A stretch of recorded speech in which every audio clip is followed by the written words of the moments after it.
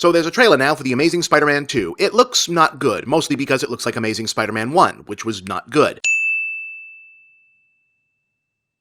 But we'll find out in like 5 months when I review it. Right now, I want to talk about villains, specifically in relation to how people have reacted to the villains shown off by the trailer and poster for this movie. You see, as far as anyone had known previously, the main focus of this movie bad guy-wise was going to be Jamie Foxx as Electro, with possible setups happening for other bad guys since Chris Cooper and Dane DeHaan are on hand as Norman and Harry Osborn respectively, and because Sony already committed to making 2 more of these things. But then the poster came out, and not only are we seeing Electro and the Rhino, who's apparently just a big robot now because that's not boring, but also a teeny-weeny shot of Dane DeHaan looking very much like the Green Goblin, the Hobgoblin, or perhaps just Harry Osborn using weapons that will later be used by the Green Goblin. And then came the trailer. Hey, there's the robot Rhino, there's Electro, and there's DeHaan's Goblin, or Feyd-Rautha maybe. And there's also Shadowy Man in the Hat from the weird stinger at the end of the first movie, conspicuously walking past, oh, I know what those are for.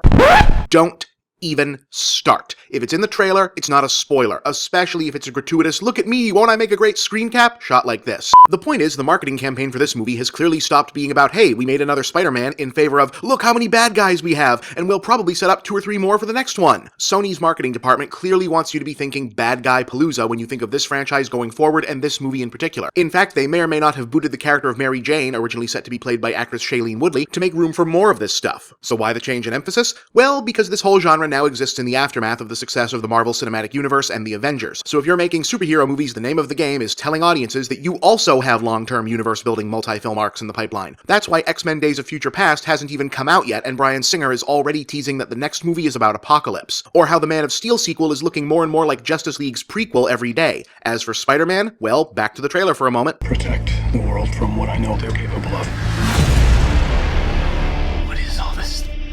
The future. 6 doors with numbers in what looked like the same laboratory as the Wings and Tentacles. 6 as in Sinister Six, the moniker generally assigned to villain teams opposed to Spider-Man. Sony apparently wants you to know, or at least think, that they're effectively doing the Avengers in reverse, building up a team of bad guys versus one good guy. That's interesting, even if I kinda hate the idea that all of these characters are just gonna get some guy's prefab villain gear instead of their own origin, but that's for another time.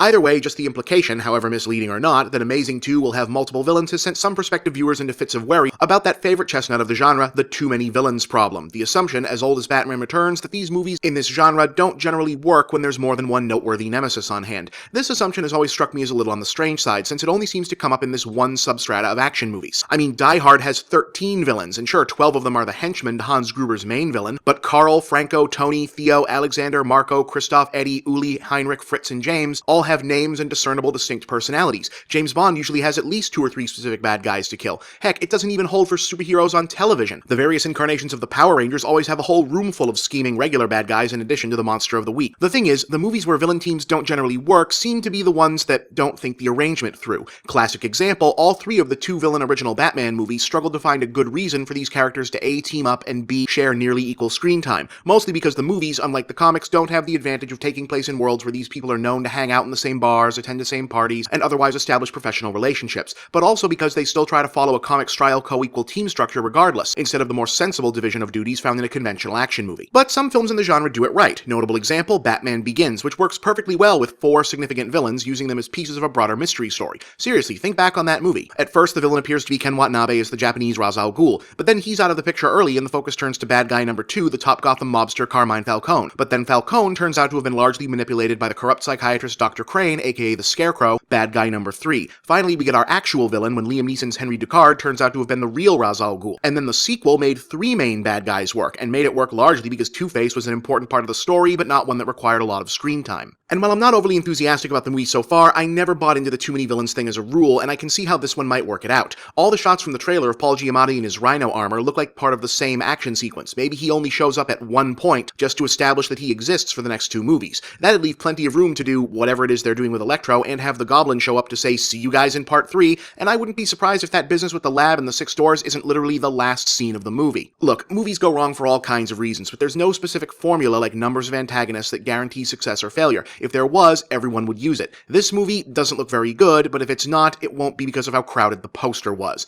I'm Bob, and that's the big picture.